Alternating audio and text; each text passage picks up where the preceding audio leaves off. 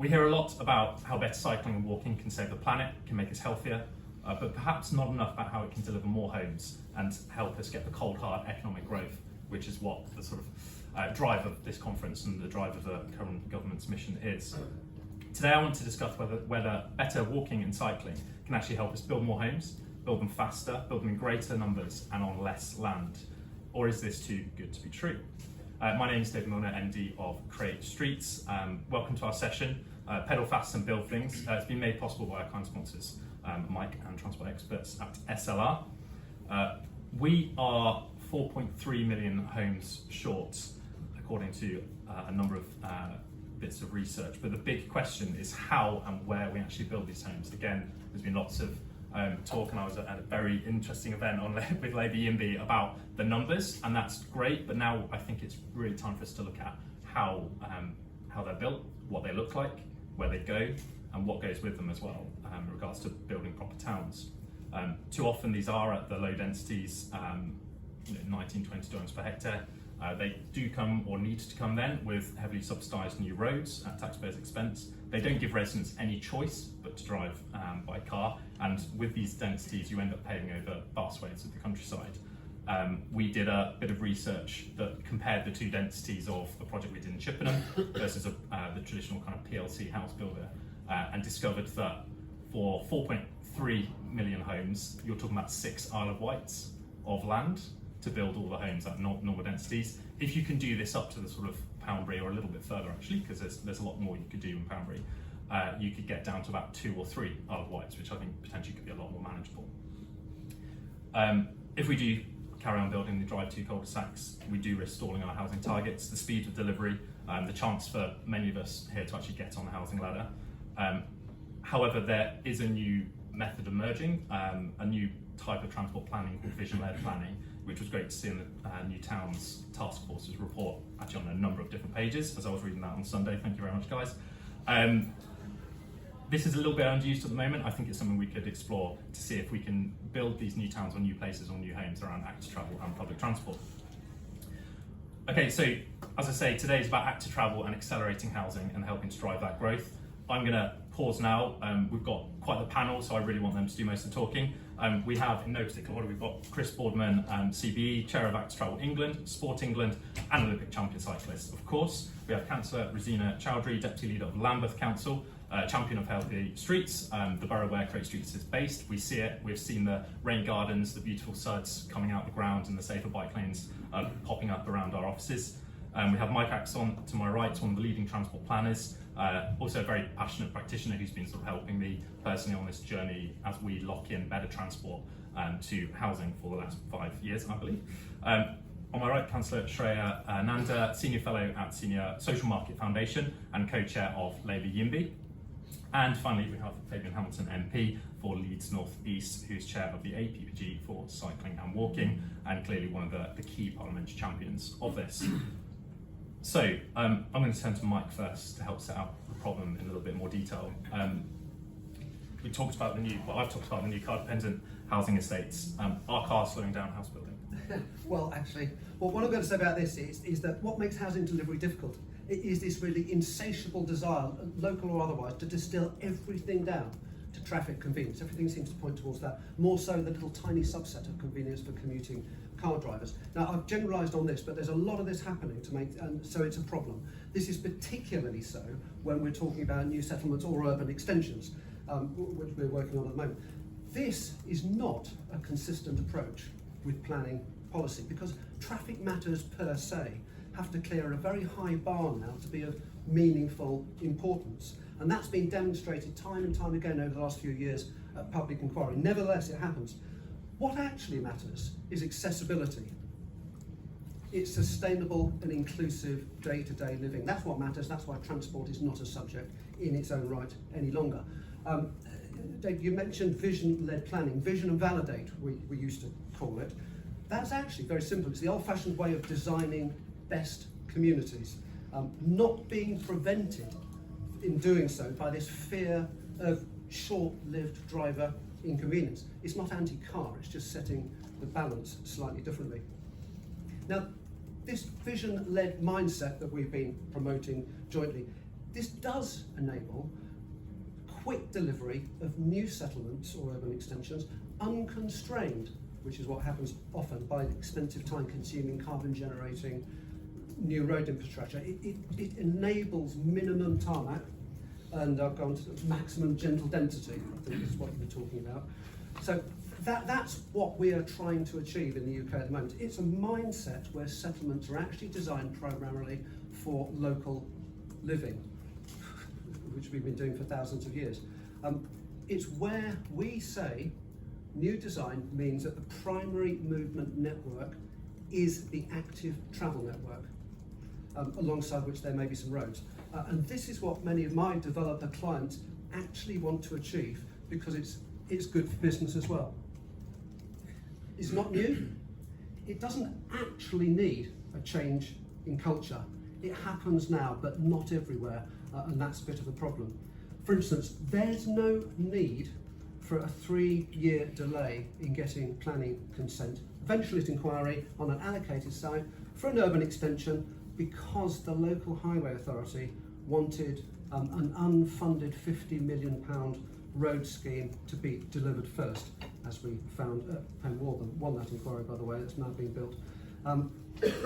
In terms of homes, yeah, we're in a dire situation. We need 1.3 million homes in the next 4 years. To stand any chance of that, we need to start delivering. Now, the evidence actually exists for master planning and active travel to lead the way. It's really good evidence. We just need to do it. For instance, the main reasons that people actually travel are education and leisure. 60 to 70% of the reasons for travel. Travel to work's poor third, really. In existing towns, and Active Travel England might have a view on this, right now, you know, even in car-dominated towns, a quarter of all trips are under 1 mile, and about 80% of those trips are made by walking. Yeah, the culture exists as it stands. What matters are the amenities and the facilities. And the most important ones are, frankly, the schools, including secondary schools, then convenience stores and leisure opportunities, meeting your friends, going for a walk in open space, etc. So I like to think of these now as transport infrastructure. Those amenities are transport infrastructure because they have more to do with transport than anything else. Putting it into context, we now know from the tools that we've got that roughly a 2,500 home community, new settlement, urban extension, existing community, with a suitable mix of amenities, basically those amenities that are commercially sustainable at about that level, will achieve about 65% of internalisation in peak periods, 45% across the day. That's really, really good, and we don't really take account of that. About 80% of those trips will be walked. That's based on historic data from car-dominated environments. We can do better, of course, with active travel priority. We think that larger settlements are now looking at 70 to 75% internalisation, properly designed, and that comes with sort of active travel as the primary network and comes with all the economic health and carbon benefits that flow from it. What do you mean? It actually means that big road building for growth and housing delivery is and should only be an option of last resort. Policy recognises this, but I have to say some local highway authorities have no confidence in it. We do sometimes live in the fear of the what if. And often we are asked to do designs for something called business as usual, a phrase that's got no basis in policy and fills me with desperate despair, because it's anything other than business as usual, and it's the antithesis of we can do better. Sorry to be a bit aggressive about this, but you know, this is my life. Master planning, treating amenities as infrastructure to be delivered as such, glued together by active travel primary networks, is what we promote and what evidentially works. We can demonstrate that. So, in answer to your question, yes, an unhealthy local focus on cars, not people, does slow down house building. The current model, as it happens, is actually fine. It delivers in the end, but the way in which it is resisted by some, but not all, makes it hard. So, policy doesn't need to change, culture doesn't need to change, but the willingness to embrace it, well, that could do with a little bit more work. David. Thank you. There's a lot of threads. I think phasing in particular, and when you deliver some of these bits of infrastructure, I'd like to dig into, possibly after we've all spoken, so sort of tee you up to have a little think about phasing and when we bring in some of these bits of infrastructure. You mentioned local highways departments. I know it's a little bit different in London, Rezina, but you've been at the front line, sort of figuratively and literally, with a lot of active travel schemes, much of which is retrofit, but I'm quite interested as well to know about, have you seen new active travel schemes or new better walking and cycling schemes helping to unlock better housing across Lambeth, or potentially new housing or extensions and retrofit? Thank you. Thanks very much. And I'll say it again, David, it's a privilege to be on this brilliant panel. There we go, quote writers. So really glad to be here. So I just wanted to talk about Lambeth really, and how Lambeth's shaping its future with a joined up approach to housing and transport. And we're putting people, places and sustainability front and centre. So Lambeth's got a unique setup where we stretch from sort of world famous destinations like the South Bank and Waterloo in the north, and all the way down in the south we've got sort of more suburban areas. And we're seeing growth across the borough, but the way we support that growth looks different depending on where you are. So up north we've got amazing transport links, big developments that are helping to fund walking and cycling infrastructure. Down south, it's the other way round. We're investing in active travel is what helps unlock new housing by connecting people to public transport and cutting car use. So as we work towards the government's 1.5, I know you said 1.3, so I don't know, it's 1.5 or 1.3. I said 4.3 as well, just to throw some off. I think we get some. Yeah. Probably more than that. Yeah. Loads. So our local plan is key. It's got strong policies that make sure that new developments support walking, cycling and public transport from the start. And that means we can build new homes that are well connected, less reliant on cars and better for the environment. And we're lucky in Lambeth because our planning and transport strategy are properly joined up, but we know that's not the case everywhere. And that makes a big difference. So we ask developers to make sure that they include safe walking, cycling routes and proper bike parking and contribute to local infrastructure to improve our public realm and our footways and our highways. And it's all part of making car light, car free neighbourhoods that actually work. So take Vauxhall for example. There's a scheme in the pipeline that could be funded entirely by developers thanks to the scale of the housing that's needed there. And the Vauxhall Gyratory, we're aiming to shift the focus from cars to people with support from TfL and new developments. At Waterloo Station, we've got a once-in-a-generation chance to rethink how it connects with the area around it. The master plan brings together homes, jobs and public space in a way that really transforms the place. In the south, it's about making walking and cycling a priority. And that helps reduce the need for car parking, frees up space for more homes and green areas, and makes developments more affordable and attractive to build. And it's really hard in the south because of fewer opportunities for public transport. There is a bit more car dependence, and there's a bit of a culture shift that's required. And it's a question of knowing what, the phasing you were talking about earlier. Do we put that infrastructure in first, or does the development goes on first? And those are challenges that we need to balance. So we're all in on the brownfield first approach, and we know that higher density is needed, but it only works if we match it with proper investment in public transport and active travel. So our Healthy Routes programme is a big part of that, whether it's protected cycle lanes on busy roads or quiet routes linking up stations and town centres. And even areas with less public transport can be made more accessible through smart planning and multimodal travel. And when we go car free or car light, we've got to make sure that walking and cycling are built in and it's not just an afterthought. The bottom line is that housing and transport aren't separate issues. They go hand in hand. And in Lambeth, we're showing that if you get active travel right, you don't just build homes, you build better and healthier communities. Thank you very much. Again, I think questions on devolution about linking planning and transport we might come on to afterwards, and whether that's silver bullet or bronze bullet or whatever it might be.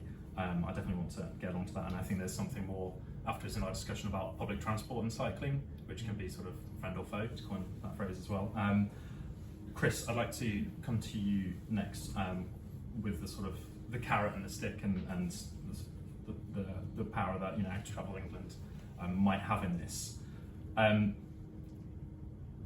I think there's agreement on the panel, so I think we really want to dig into like how we do this. With the Active Travel standards, how do we show this, frame this, or help people see this as an accelerator, rather than, I think, I've heard quite a few groups who just see this as red tape and see this as a potential blocker, and how do we get this, get that kind of mindset to shift? Well, I'll come to the are we a blocker or not. I think, perhaps later in the conversation, the bit that I'm hearing, listening to, and the bit that I've dealt with for several years now, both here and working in Greater Manchester as Active Travel and Transport Commissioner, is this is all really obvious. We're all here spouting the evidence, so why are we still here? That's where the problem is, and I think the evidence is an essential foundation. You can't build anything without a solid foundation, but nobody buys a house because it's got great foundations. So I tend to look at things as in what is the problem, what is the prize, and then what is the pathway. And you need those three things. So the problem, when I started working in Greater Manchester, I've used this stat ad nauseum because it's just so beautifully illustrative. We found that there was 250 million car journeys a year of less than 1 kilometre. The roads are saturated, and the cost of it was massive. It's costing 3.25 billion a year to travel in this way. We were paying 2.5 million a week, treating inactivity related illness alone. So once you start to add it up, you realise that actually we need to also measure what is the cost of doing nothing, which is often not the case. And that created the motivation. And then turn your eyes to the prize. And I'm just looking on the trains and notes that my team, Martin here, prepared earlier about what we're coming into now. So we know that there's a push for 1.5 million more homes. At least we've just heard the new towns being announced. Each of those will be upwards of 10,000. Now, we also know that greenfield sites, when they're utilised, and a lot will have to be, motor is about 19% for walking, wheeling and cycling. In urban areas, it's average for the country is 33%, I think. So you think, well, actually, if we can do this properly to get where we know we're going to have to build up to that level, and only that it's 230 million more miles every year that are travelled actively, or flip it the other way, not driven. So you look at the potential prize here, and that's worth 8 billion in benefits to the economy, and this is leaving out a lot of stuff with 8 billion to the economy. So you've got a problem set that's really clear. You've got a potential prize. The pathway is the next bit. We have, I very much welcome the vision-led approach. Now, I've read some of the task forces proposing what this must meet. And they're very laudable. They're about health and things, but what we haven't got at the moment is vision-led wiring. So I'm quite concerned at the moment about things like our transport appraisal, and what we're valuing that is not. There's no golden thread to vision-led. These are the things that we want, but actually how we're valuing and putting business cases in is based on something completely different. It's on journey time saved over everything, and that keeps us locked in. So we have a vision-led and the planning bit, but it's the integration, and that was just talked about a little bit. That integration is key. We need to give people an attractive choice that they can mix and match their transport, which is what the B network was about when we put it together, to give people an attractive alternative to driving, to give them more choice. and that language is really important. And we did some work last year, if I might just bang on slightly longer, some focus group work, and we looked at all of the benefits that we've been talking about in these big numbers, and we threw it all at the focus group and said, right, you know, we're going to put the joy back into Journey. Hated it, absolutely hated it. We said this is worth 153 billion in total to the economy, huge numbers. That actively pissed them off. They said, I don't know what that number means, they don't believe you, and I'm just trying to pay my mortgage here. But when we actually turn to give your children the freedom to stay after school clubs, to give them more transport independence, everybody get into housing. Shreya, I think we talk about transport and housing as two sides of the same coin, and at Chris we talk about gentle density, which sounds very good, and it makes a lot of sense. More homes on less land, I think. Do you think it is a myth, or do you think it's reality? How do we get there? I was in a panel with Chief Executive Taylor YIMBY, and you know, I didn't hear anything about density. I didn't hear anything about moving away from that traditional model. So, what are your thoughts on, you know, can we do this, or actually are we, you know, on the gentle density, going to be a blocker to delivering more homes by putting this kind of regulation or standard or drive on? Yeah, thank you. A really great set of questions, and it's really great to be here. So, yeah, I'm Shreya, co-chair of Labour YIMBY and a councillor in Islington. And yeah, we are, you know, we campaign for getting more homes. That's so important, you know, for raising living standards, for tackling overcrowding, for sorting out our economy and our public finances, and getting the right infrastructure alongside this, as we're talking about, is a crucial part of that. And on the political side, we know that people want more homes, but one of their biggest concerns is around, you know, do we have the right infrastructure? Do we have enough local public services? Is this going to lead to more traffic, more congestion, fewer parking spaces? So making sure that we're dealing with that up front, and that is there up front, is really crucial in terms of securing public support and buy-in for new development. And as we've heard, absolutely too much new housing in this country is poorly planned, low density and car dependent, and tackling that is incredibly important. And for that, I think where we build is as important as how we build. So we need to make sure that the density is there to make you know, other forms of transport rather than just cars viable. And the announcement of the 12 new towns is really exciting, because I think that's absolutely an example of this. You know, most of those are proper urban extensions in the places where you already have that density. That means that other forms of transport are viable. In many cases, you already have that public transport connectivity. So I think that's really crucial. And yeah, so, you know, what can we do to encourage active travel, walking and cycling? So in Islington, where I'm a councillor, we've been leading and introducing LTNs, or we call them, I think, people-friendly neighbourhoods or livable neighbourhoods. And we find that once they're introduced, they're very popular with residents, and they've helped us achieve recognition as the best performing inner London borough on air pollution and clean streets, as well as helping us work towards our public health goals and get congestion down on our roads.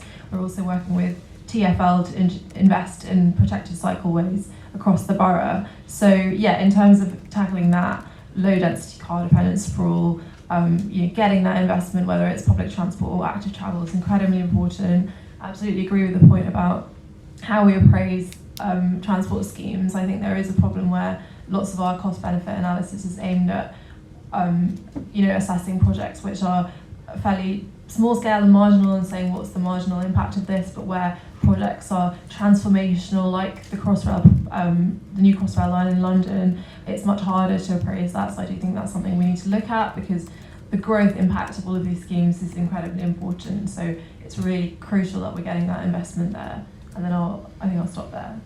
Thank you so much. Okay, definitely more to line up on appraisals, and I also think there's a sort of vicious cycle that we're in, and it feels like we need to change everything to do anything. So I'm quite interested to see where do we start as well on this, which maybe we can touch on.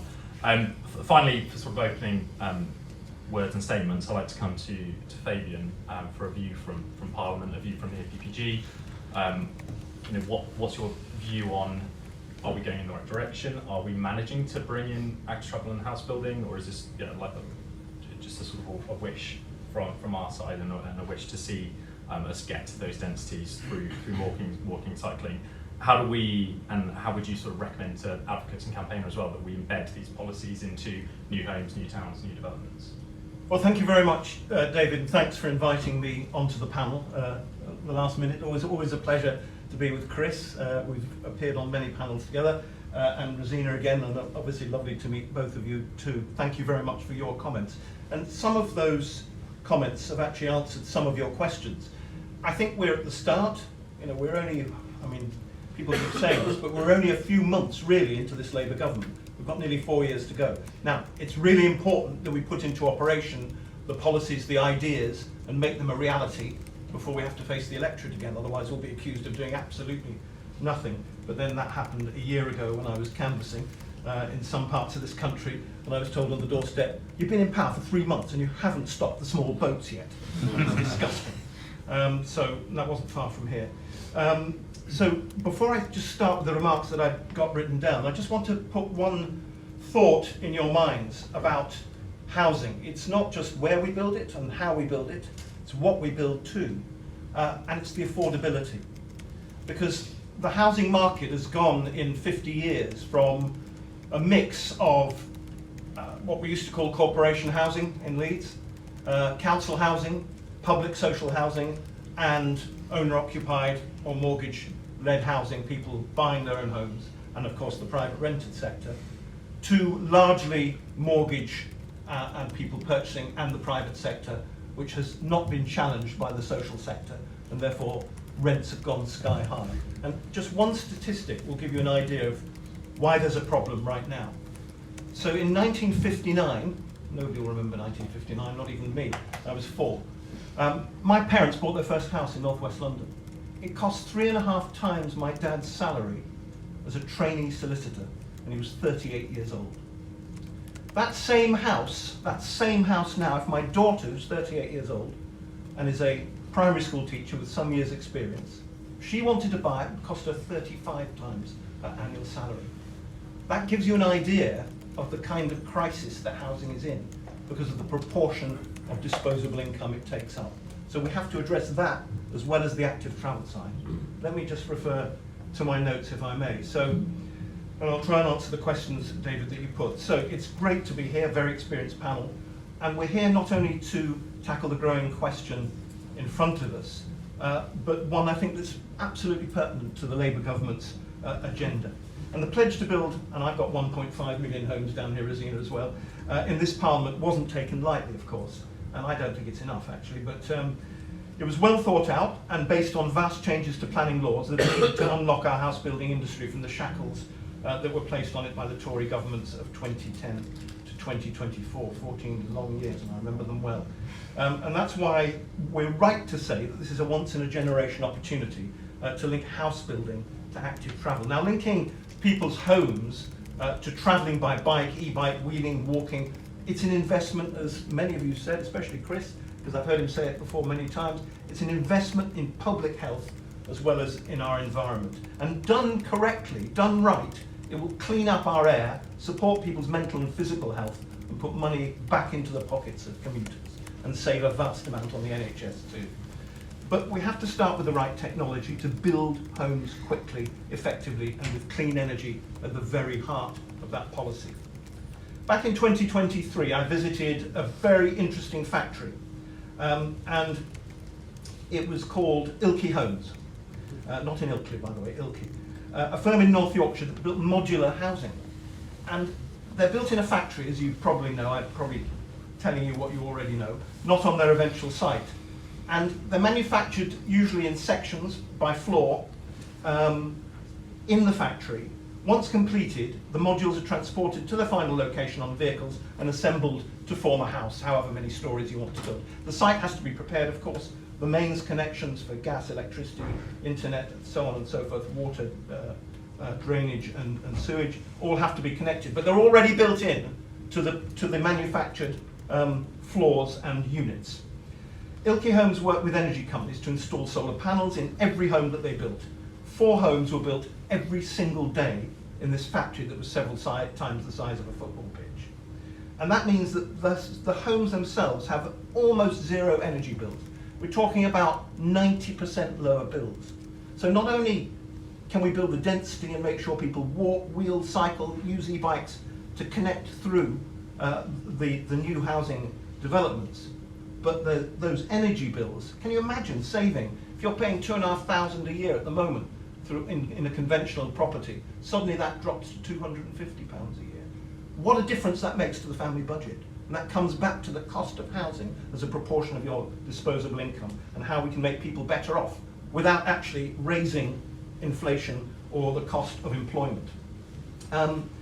Ilkley Homes, as I say, work with the energy companies. Make UK Modular and Ilkley Homes paid above the living wage to all their staff and put in place extensive safeguarding measures to prevent painful and difficult working conditions that often exist on conventional building sites. And they had a career structure as well, so they were really good for the workers, and it was fully unionised.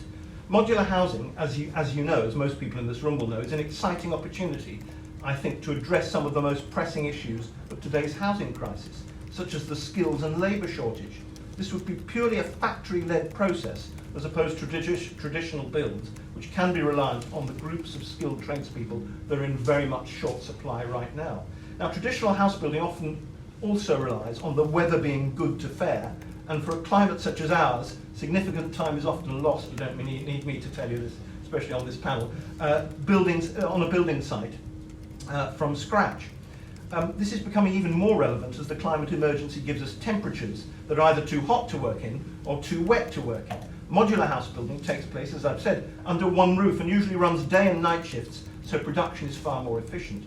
But also, having a site-based factory means measurable employment and sales go directly into the local economy. And we can base sites where jobs are needed most, so we can link the government's thoughts and policies with a local authority's industrial strategy. I appreciate that in London it's probably more difficult because land is much more at a premium, but even in Leeds we've got loads of brownfield sites that could be developed. Now, as you know, as the Chair said, I chair the All-Party Parliamentary Group for Cycling and Walking, and in recent years it's become clear to me and to many of us that we need to think and act in far broader terms than simply encouraging active travel. We need to make travel cheap, easy and directly accessible, and linking it to people's homes is by far the best way to do that, as many of you have said. In 2016, 2015 actually, I co-authored a report called Building Homes for Britain. It's slightly out of date now, but nonetheless, a lot of what's in that report, which is available online, Building Homes for Britain, still stands. And it looked at the way in which an integrated approach to housing can deliver the volume and quality of homes needed for the future, as well as creating a sustainable society. Now, local authorities, regional mayors and our communities must be at the very heart of this, and I'm pleased to say that Labour-run Leeds City Council is leading the way, like many Labour-run councils.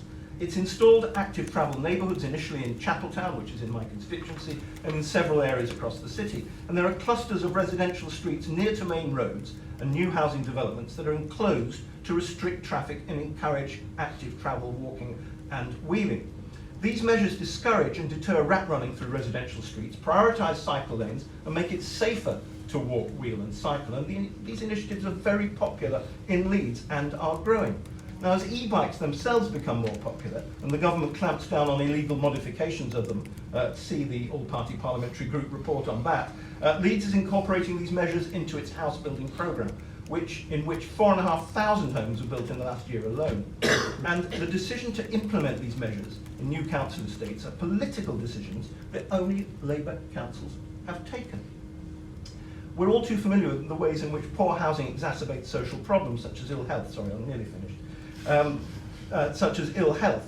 But it also restricts opportunities for active travel, purchasing bikes and travelling on them. Council properties need to be prioritised for active travel considerations in order to get these healthy, sustainable active travel options to those who need it most.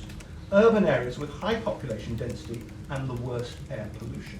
Finally, in my constituency of Leeds North East, we've looked at new ways of living together, and after over a decade of development and planning, Chapeltown Co-housing has finally been completed. It's a bespoke community-led housing estate which prides itself on living together, whether it be harvesting vegetables, arranging the finances, or buying a shared electric bike. All decisions on the estate are taken by the homeowners, based on sustainability and protecting the environment. and while all sharing communal living, kitchen and gardening areas and maintaining their own private homes, if they collectively decide to, residents can work together to introduce active travel initiatives, fund bicycles and make vast cycling and walking improvements in their local area. This is a new way of living which is being repeated up and down the country with new technologies that I think must be embraced at every opportunity to grasp this historic opportunity for active travel. Sorry if I've gone over the time. No, thank you so much, and thank you all the panelists for your opening statements. A lot of good points in there. The 10x salary increase is kind of eye-watering, and we all, there's probably a lot of people here that resent that situation a bit. So yeah, going back to the kind of framing of problem and price, that's We haven't really talked about speeding up housing delivery yet. I'm quite looking forward to getting to that bit. Modular. Yeah. On modular and Ilkley, which sadly closed down. It did. One of the reasons I think on that is the pipeline.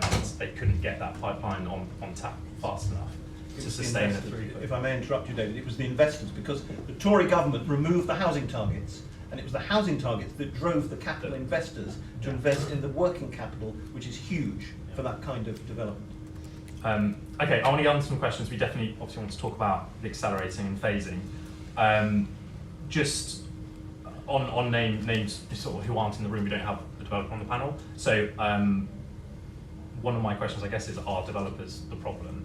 And I'm kind of looking at Shreya or Mike, because you would work with developers or speak to them enough, so I don't know if either one of you wants to take that. Yeah, well, Shreya, do you want to go first? Or? You go first, then we can bounce around. No. And I'll say that, they're my clients, if any are in the room. Stop videoing if you wouldn't mind. But genuinely, no. I mean, my clients are developers, and my job is to get them effectively planning consent and to speed up delivery of homes and to get it done quickly. And what I'm finding is developers will take advice. And so we give advice to developers, particularly about active travel and master planning, etc.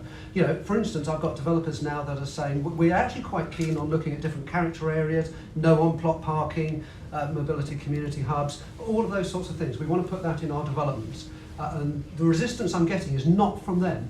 It's actually from, frankly, the planning system, which says it's not normal, you don't normally do this, therefore we don't really give it any weight. And to give them their due, many of my developer clients are actually saying, no, we'll push it a bit. And so many of the applications that are now moving through the planning process do include some really good stuff, primary active travel networks and all the rest of it. I would say, actually, I'm going to Active Travel England. I did have one the other day where Active Travel England asked us to do something. We persuaded our client that it was a good thing to do, and the client said, yes, we'll do it. And the Highway Authority objected, and they said, we don't do this normally in our area, and we're not prepared to adopt it. We're not prepared to take it on.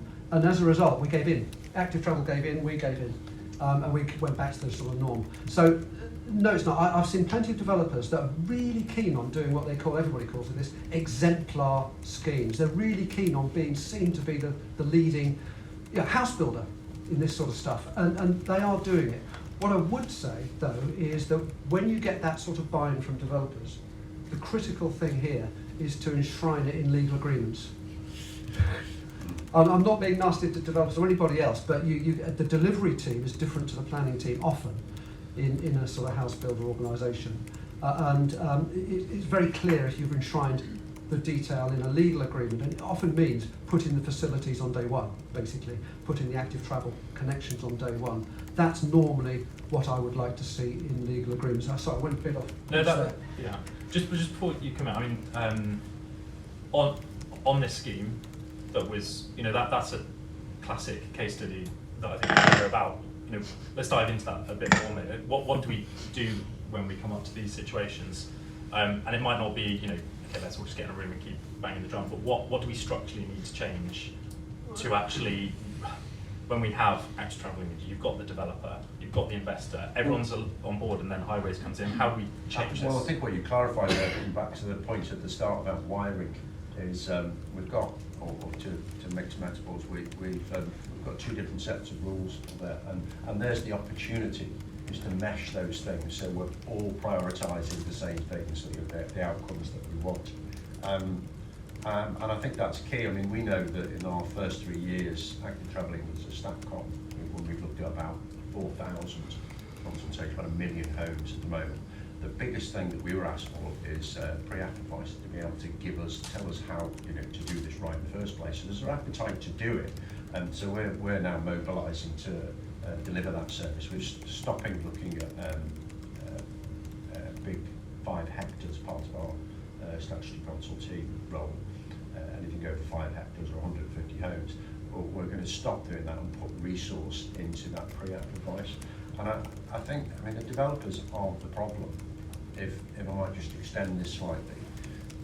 I think there's an opportunity here that we haven't spoken about yet, is that if you get it right and active travel is part of a genuinely connected, viable, attractive alternative for transport, and that means not just the local schools and shops, but then connect as well to other transport modes, then if you can change the warrant to say, we accept this as part of the transport mix, you now don't have to build that slip road. You don't have to do that road widening scheme. That's a lot of money saved, and that is a lot of time saved. And if you take it the next step for the developer and say, you do not have to have that car parking provision because we've now reduced the demand to have multiple cars per household via other means, then you get to build quicker. And so everybody kind of wins. The challenge though, it has to be done joined up. So 2 examples, Holt, a development just outside Rugby. Yeah. So it's about 7,500 homes. Wonderful vision-led planning, really well embedded, both green space and active travel, so 3 miles spare to get into the town. So it works internally in that space to get to the schools. It's really, really well done. But it isn't connected to Rugby. It gets a mile from Rugby and it stops because of the narrow bit of road. It hasn't been done. You can't get to the station. So you have wasted all of that investment because of that mile. There's one outside York, Derwentthorpe, beautiful estate, and when we became a statutory consultee, I said, give me an example of where it's done well. And I was pointed towards Derwentthorpe, and I had a look at it. It was a fantastic place, really low carb, built to be low carbon. It's a higher carbon footprint than everywhere else. So I went and looked at this, and it's because it was treated as an island, but the developers have done their part. But then when I actually Google mapped, how do I get to York Station 2 miles away? So I had like a 45-minute plus bus journey, infrequent, to do 2 miles, or had to go all of these bits and pieces of active travel route that wasn't joined up. Therefore, the people who lived there just said, this is not a viable option, they've got to have another car. And there's no place for the other car. And so it's actually worse. So the long-winded point is, if you join it up, there's massive cost saving, there's massive time saving. Developers will be completely on board because it's win-win for them, but only if it's joined up into the transport system. Thank you. And Shreya, was anything? Yeah, just to add to what's already been said, I think when we're working with developers, of course it's important to make sure that we're getting that funding for the community from the Section 106 agreements. But I think with some of these issues that we're talking about, like a lot of it is going to be bigger than something that the developer can address in one single development. It's about making sure that we have the right local plan, that we're building in the right places, so that we can, development is adding on to where an existing settlement is, so you have that density there to support the active travel and the public transport that you need. And particularly for public transport, like that's often not something that the developer is able to fund themselves. It's bigger than just one development, so that needs to be coordinated, it needs to be plan-led, and the government investment needs to be there. Thank you. Just onto thinking about devolution and where we might start on this, because in agreement on how we link these areas, but I still worry I'm going to see local authorities, which I name, coming up and blocking a lot of these things. Possibly Rezina or Fabian, your thoughts on how is the current devolution going to solve that, do we think, or do we need to go further? Is there other things that the campaigners and these groups and consultants and we need to be working on to lock in better walking, cycling into planning and devolution? So I think from speaking from a Lambeth perspective on this, I think our issue is that we believe in like talking as early as possible, making sure that you get planners, developers and transport teams working as closely as soon as possible so that you can spot those problems before you get too far. And I suppose devolution will help in that it will unlock lots of powers that we don't currently have, be able to get the information that we need much sooner. At the moment, as local authorities, there are lots of blocks in the way to getting certain data or certain information that we need. And yeah, there are just barriers in the way to moving fast. And we need to be able to, in a position where we can move quickly, and sometimes that doesn't always help because planning, for example, let me give you an example here, and it comes down to things like retrofit and trying to make sure that our homes are climate resilient. We've got on one hand we have conservation homes in conservation areas that have single glazed windows, not very climate resilient at all, and not, no warm homes, and there's an insistence by certain aspects of planning to, instead of putting in double glazed or triple glazed windows to create warm homes, that you have to put in single glazed, wood framed single glazed windows, which completely goes, and this is within one local authority. So I'm hopeful that with devolution and with more powers, there are certain things that we'll be able to do as a council that means that we don't have to go down this route of like, well, the conservation team says this, but the climate team says that, and a bit more clarity would be helpful. Thank you. Let me follow up on what you said, Rezina, because you're absolutely right, and Chris made the point earlier when you met with the regional metro mayors. Yeah. I hate to say this because we're not allowed to talk about Europe anymore, but let's take some of the best practice in Europe, where legal frameworks are set by national government, but actually decisions are devolved to the lowest possible level, whether that's in a département in France, or whether that's in a commune, or whether that's in the German Länder. It's really important that local people feel they've got a say in the decisions that are going to affect their lives. But exactly what you said, Chris, you can't have two separate systems working against each other, exactly the point you made, Rezina. So we have to have a national framework set by Parliament to which local authorities can work. Metro mayors, large boroughs, or county councils in more rural areas. And then they know what the rules are, but they can actually make the decisions locally. And they can integrate in the way that they feel best. But your example of the single glazed window is absolutely classic. And that's a complete nonsense. And the same would apply, of course, to walking, wheeling, cycling. We need to make sure that the framework's there, but the decisions are made at the lowest possible level. So to push on that one, because you've mentioned that, and Chris, you've mentioned, by these two systems, the way I sort of read this as an urban designer is, we've got planning, transport and planning, and then we've got adoption. And they're actually coming from two different acts. So you have a DFT Act and you have a now MHCLG Act. So do we need a new Transport Act? Do we need a new Integrated Transport Act? Integrated transport and housing, yes. But planning has to be part of it, the highways have to be part of it. Yeah. Which obviously doesn't help on the speeding up over the West. I think the devolution's been a fascinating one. It's happened really quickly and it's not cooked yet. No. So I've worked on both sides of the fence, literally, as all the people out here. And I think the downside to it, Lambeth, probably a great case in point, you've got different appetites for this across London, and therefore you get a very inconsistent level of service. So my journey doesn't stop at the edge of a particular ward. So that joined up approach is critical. So I think that national framework is key. How it's achieved is a local decision, but these are things that we must have. These things must be true. You decide how it's done, it's entirely up to you. I think I'll go one step further and go back to that mayoral gathering that I mentioned, that incidentally we had all of the Metro mayors, including the Reform mayors, across the piece agreed to produce a 3,500 network around schools, and are now working through exactly what they're all going to do for that. And that is what we need.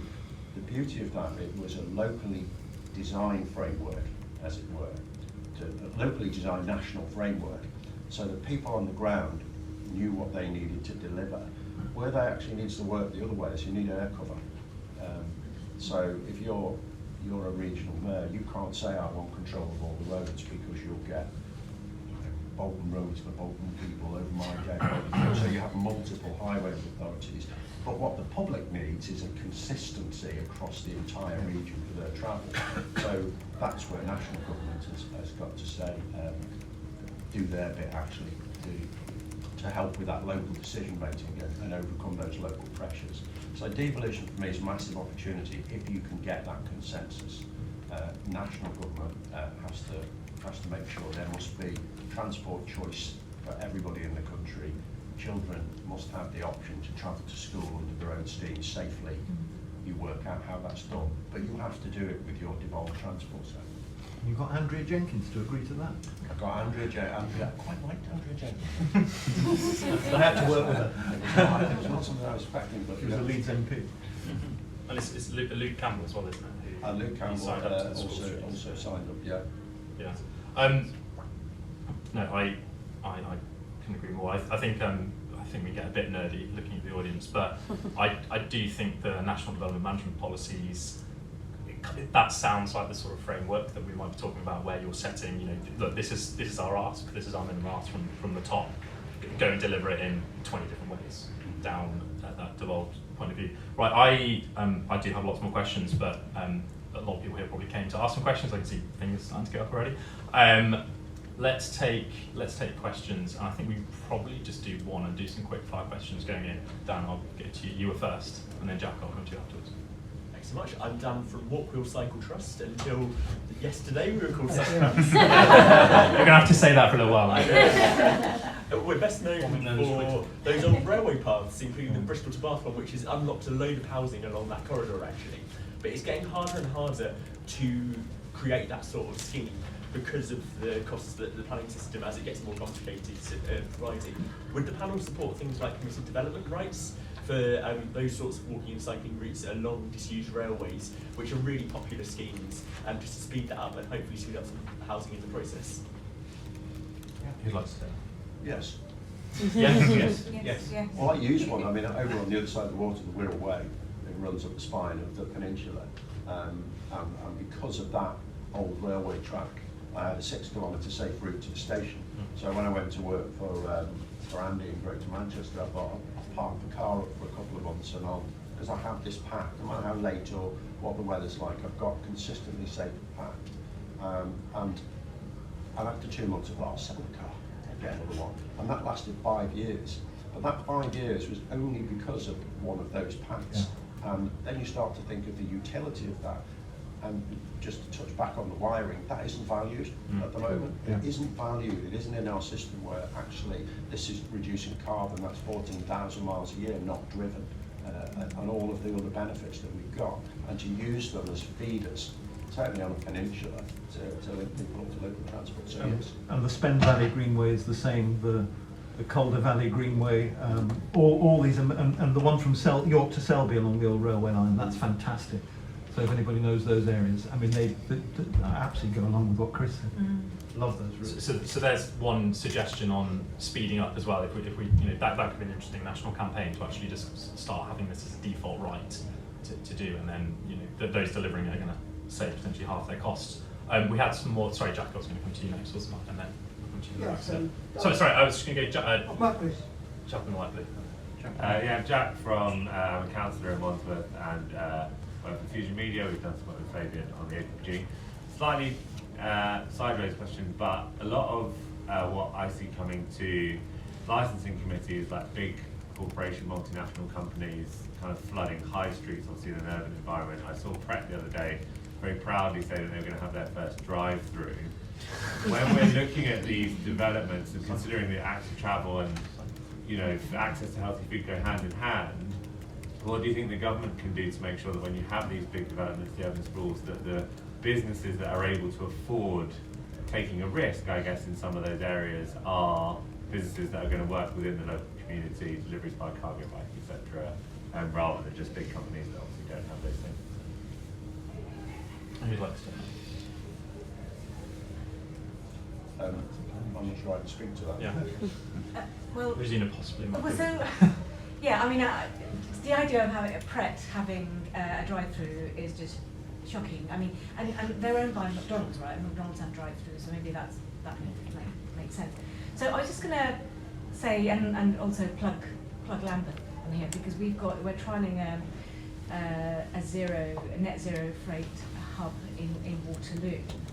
And the idea is that we use the rail network at Waterloo Station and have cargo bikes going out and doing those deliveries. And that's being trialled in Lambeth, but it'd be wonderful to see that kind of initiative across the country, which means that companies like Pret will think twice about having sort of car-led developments, because I think we just need to make cargo bikes a bit more ubiquitous and normal, so people see them more as delivery vehicles and than cars. And I think it's just it's a start, but it would be wonderful to have some way of accelerating that even further across the country.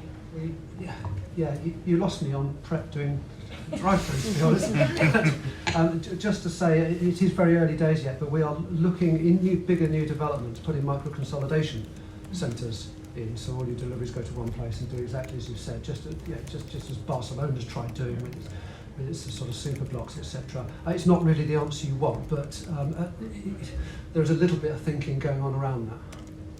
And I guess there's also the deeper thing of like, why is that the most economical thing to do? What are the planning constraints, barriers that mean that 60% of your land being tarmac in where was it, in London? Was this in Wandsworth you were saying? I didn't give that stat, but one was a lot of the stuff going through licensing is just pizza shops and chicken shops and all that, endless. So it's got I think there's something around which is linked as well to housing. Why is it economical to do 2.5 stories, not 4 stories, and double that density? I think is probably something we can't dig into in too much detail. Sir in the blue jacket. Yeah, I'm from Bournemouth, and it's a. And your name is as well. Derek Heritage from Bournemouth, and the problem we've got, I think the council, everybody in this room gets it, but there's an awful lot of councillors that don't get it. And is there any training that they have to get to understand this? Because I'll give you an example. In Bournemouth, Paul and Christchurch, it's 3 towns. Paul is quite good, Bournemouth's not bad, and Christchurch is non-existent. And I fear that any schemes that are put to them, in fact, they actually almost talk against active travel. And it's frustrating, and there's a road called Barrack Road, which we have a bike bus for, to try and highlight how dangerous it is. And we have councils actually saying that bike lanes would make it worse by taking up the space for cars. That sort of terrible thinking. And and I fear that these people have got power over the decision making going forward without actually having got training which they have to take, should take, because they just haven't got the knowledge, basically. I mean, there's loads of great councils, don't get me wrong. I'm not trying to suggest that obviously there's loads in this room, and there's loads in my area, but there's also people who just don't get it. Thank you. Rezina, I thought you might. So yes, training. There is training. The LGA, Local Government Association, has training, but I think it really depends on the makeup of the community and how active some people are. I'm lucky in Lambeth because I have, there's a groundswell of opinion of campaigners and activists who want to see more active travel. They want to see school streets. They want to see more trees. They want to see more green, and they hold our feet to the fire. They kind of they motivate us and they kind of push us to do more. On the flip side of that, there are people who don't want us to do anything.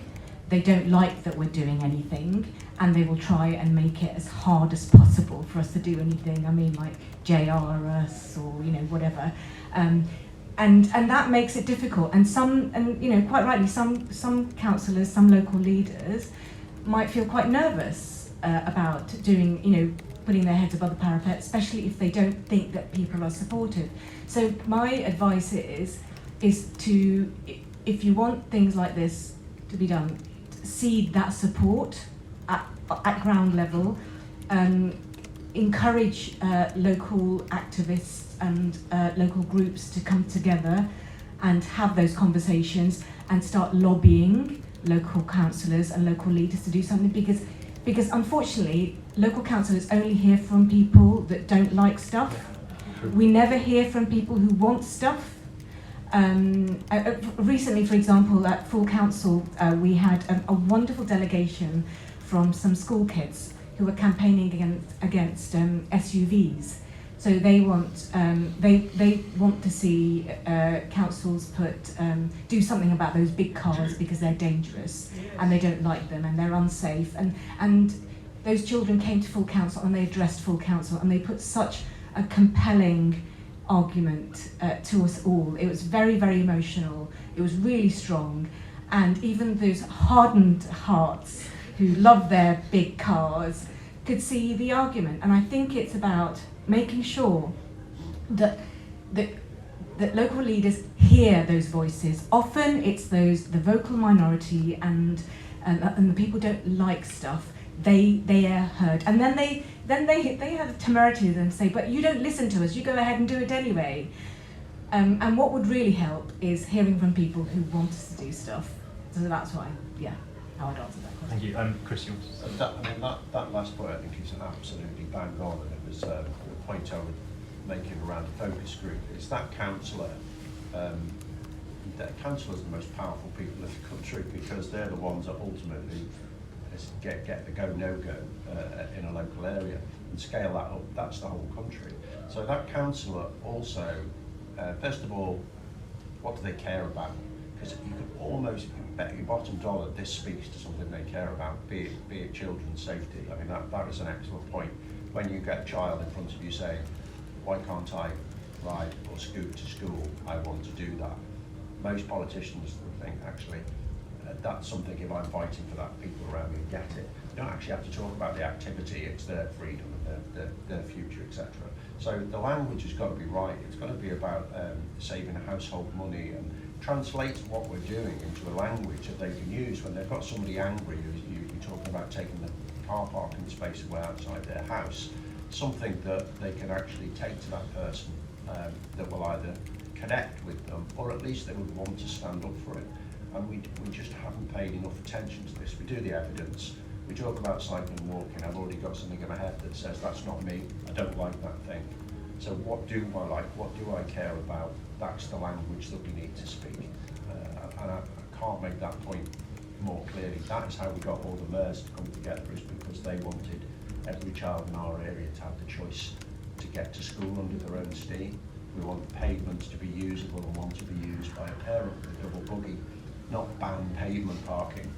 Start with the bit I care about that thing. I mean, God, take it out to Wales and 20 mile an hour zones. If you'd started with, I'm going to lower the car insurance with everybody in the country.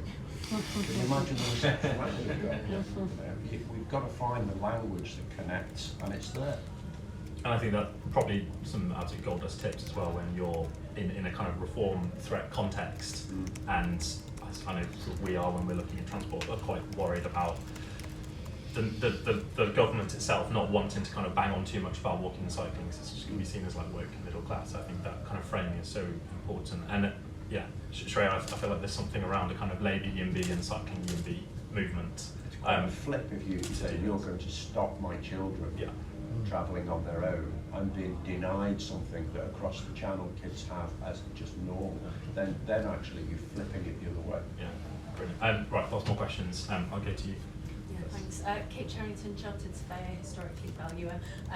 Chris, you mentioned a site in Rugby, which actually I know about. I've got friends and family who live on there, and they always complain about the fact that they've got to use dual carriageways to actually get anywhere, and it's ridiculous. I actually live down in Surrey, which is very close to a large site, 1,500 homes. And effectively that site has now been handed over to the local council because the provision for commercial units just hasn't been delivered. And I think that's one of the things which is kind of hindering the kind of sense of placemaking on that particular site. So we've got people who have to travel down to Crawley, up to Red Hill, a few miles away, get to a station, and the only way they can do that is via cars. So how can we make sure that the provision for commercial units and kind of placemaking on site is delivered in a clear time frame, because that site has actually been building for 10 years, and there's still only one news agent serving 1,500 homes, as far as I'm aware. Just is there a sort of question as well for the panel? So how do we kind of build that into?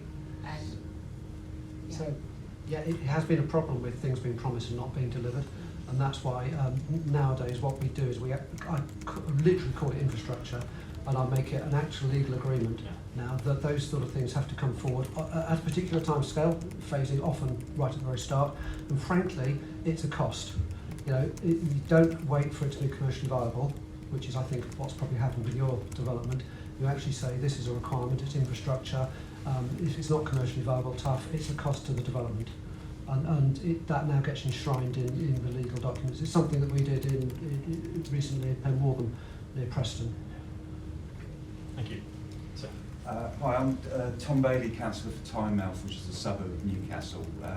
So as a typical housing development in my borough will be, it'll be house builder standard layouts, no architect involved anywhere. The transport planning team won't be active travel specialists, won't have a particularly good understanding of what good even looks like. And at the entrance to those housing developments, there will be a whopping great multi-lane roundabout, which is one of the most difficult bits of highway infrastructure to retrofit for cyclists. So we're effectively just building this ongoing layer of liability that we would have to come back and redo these junctions one day if we ever wanted to see a proper functioning network. How do we shift away from that in the same sort of timescales we're talking for in terms of building 1.5 million homes? Do we even need to just ban certain types of junction? And I'm kind of at a loss in terms of how we actually just make that shift. So I'd be interested to see what you guys think. Thank you. I think really important point on what do you do like next week basically to help ban this rather than us saying I'll change this policy and piece of legislation. Or where does Tom start basically? Again, I feel your pain, actually. I came across one the other day where somebody designed a junction. I said, what about walkers and cyclists? And they said, well, that wasn't part of our remit. Chris, I don't know if you get that as well. Well, I think, I've kind of given my answers really, and so and they're still holding true as more and more questions are coming out. The wiring has to be changed, and that you have to go, these are the things we value.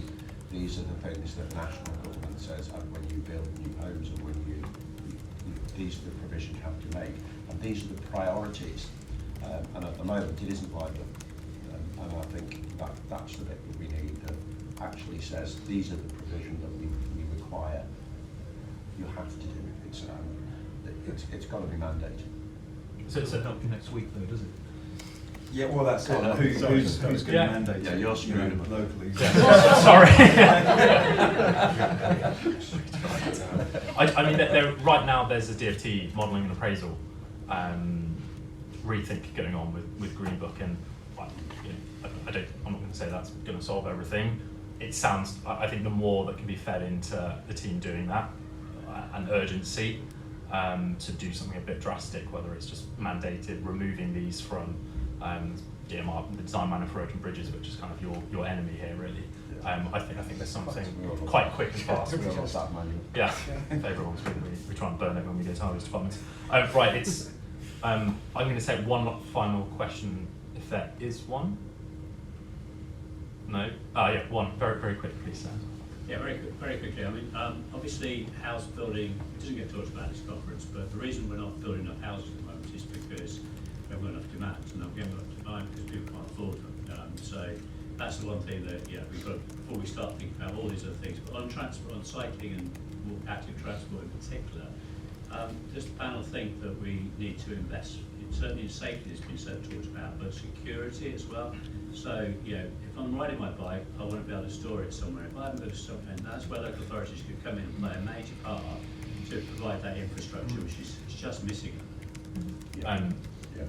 Rezina, I'm going to go. There's probably no one who knows more about this. Yeah, so absolutely 100% agree. I mean, that's one of the reasons why we rolled out, we're rolling out lots and lots of secure cycle storage. We, as part of our Lambeth's curbside strategy, which we launched back in 2023, and that was about repurposing the curbside. So 60% of Lambeth households don't have access to a car, yet 94% of our public realm, which is curbside, is used for car parking, which is unfair. So what we're doing is we're rebalancing that and taking away parts of the curbside for things like parklets, planters, cycle hangers are a huge part of that.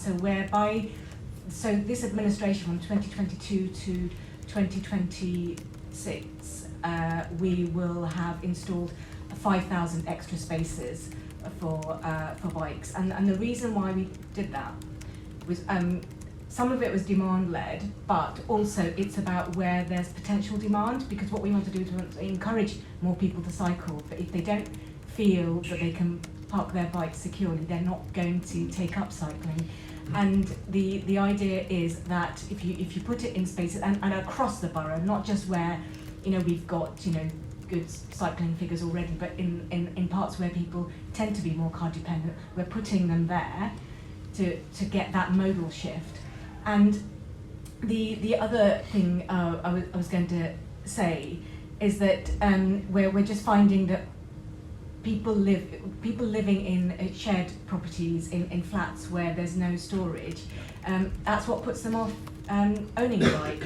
The other thing I wanted to, as a cycle storage, the fact I wanted to share was that from January, and this isn't to do with private bikes, but micromobility, which again is part of the English Devolution Bill, in Lambeth, between January and by the end of this month, we'll have recorded 6 million journeys in Lambeth using micromobility. So there is appetite out there. People want to use their bikes more, whether it's hire bikes or whether it's having bike storage. That's what we need to get people out of their cars and onto bikes. Can I just add to that, if I may? You're absolutely right, Rezina, and I share congratulations to Lambeth on that. I think many of us could do well to emulate that kind of cycle storage. But one of the other things that puts people off is the security and safety of cycling on the road or in cycle lanes that are not segregated. And I know we've got some very good infrastructure in London, I use it regularly, but it's outside London that worries me. And what's even worse, and I use the segregated cycle lanes from Housebuilding, where I live in Leeds, between Leeds and Bradford, and Leeds City Station. It's pretty good, but I'll tell you what, every single time I use it, there are 2, 3, 4 vans, lorries, vehicles parked on it, even though it's got a curb. Now, until we can clear those and make people feel safe riding next to traffic, but not attacked by that traffic or vans that are parked and the abuse you get if you actually challenge that, then we're not going to encourage more cycling or have the need for lock-up secure spaces. Can I throw one innovation point? I know we're right close to time. So the home end of storage is right a critical bit, and then the other end, where am I going? So the three bits. So when I arrived in Manchester to work there, I used to come in Oxford Road, and there's a big cycle parking cage, and I went out a quick look at it. It's a bit dirty and closed at 9 o'clock at night for some reason, and you had to find a way to get a fob to use it. And there wasn't many bikes in there, and some of them didn't look great. and funny enough didn't get used much. So I asked Transport for Greater Manchester how much it cost, and bear in mind it's quite a while ago now, it was 250,000 to put one of these in. And I know you can't mix capital and revenue, but I said, well, if you've got somebody to walk up and down in this area and just had simple Sheffield stands, you could pay them for, I don't know, 10 years to do that. And then the whole area security is better. The level of service is much better. It's much easier for me. So innovative solutions. We explored valet parking outside, just going into COVID, outside Piccadilly Station. And I thought, there's a service I did. I give it to somebody to give me a ticket and I come back and get my bike. In Leicester, they've actually done that. The council, they've got own a building and it costs them 60 grand a year, so they're just doing it for free. You go into Leicester City Centre, give somebody your bike, go away for the day. And there's also some maintenance and things there if you want it as well. Those kind of solutions, they're one of the barriers. Number one is the safe space. Number two is, am I still going to have a bike, particularly an electric bike when I come back?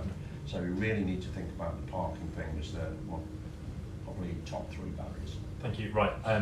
There's some tips for people to get going. I mean, curbside strategy, absolutely. If you don't have one, lobby or do if you're a councillor here. And yeah, I love the valet parking. That's really interesting. And of course, don't ban pavement parking, create buggy zones, which I think is quite a nice framework. I might use and push and buggy around a lot at the moment as I do. Thank you everyone so much. Thank you for our panellists, Rezina, Fabian, Mike, Chris, and Shreya. Really enjoyed your time. I know people have got to get off to stuff now. We don't need to clear the room, I don't believe, afterwards, so do come for questions. And yeah, I hope you had a good time.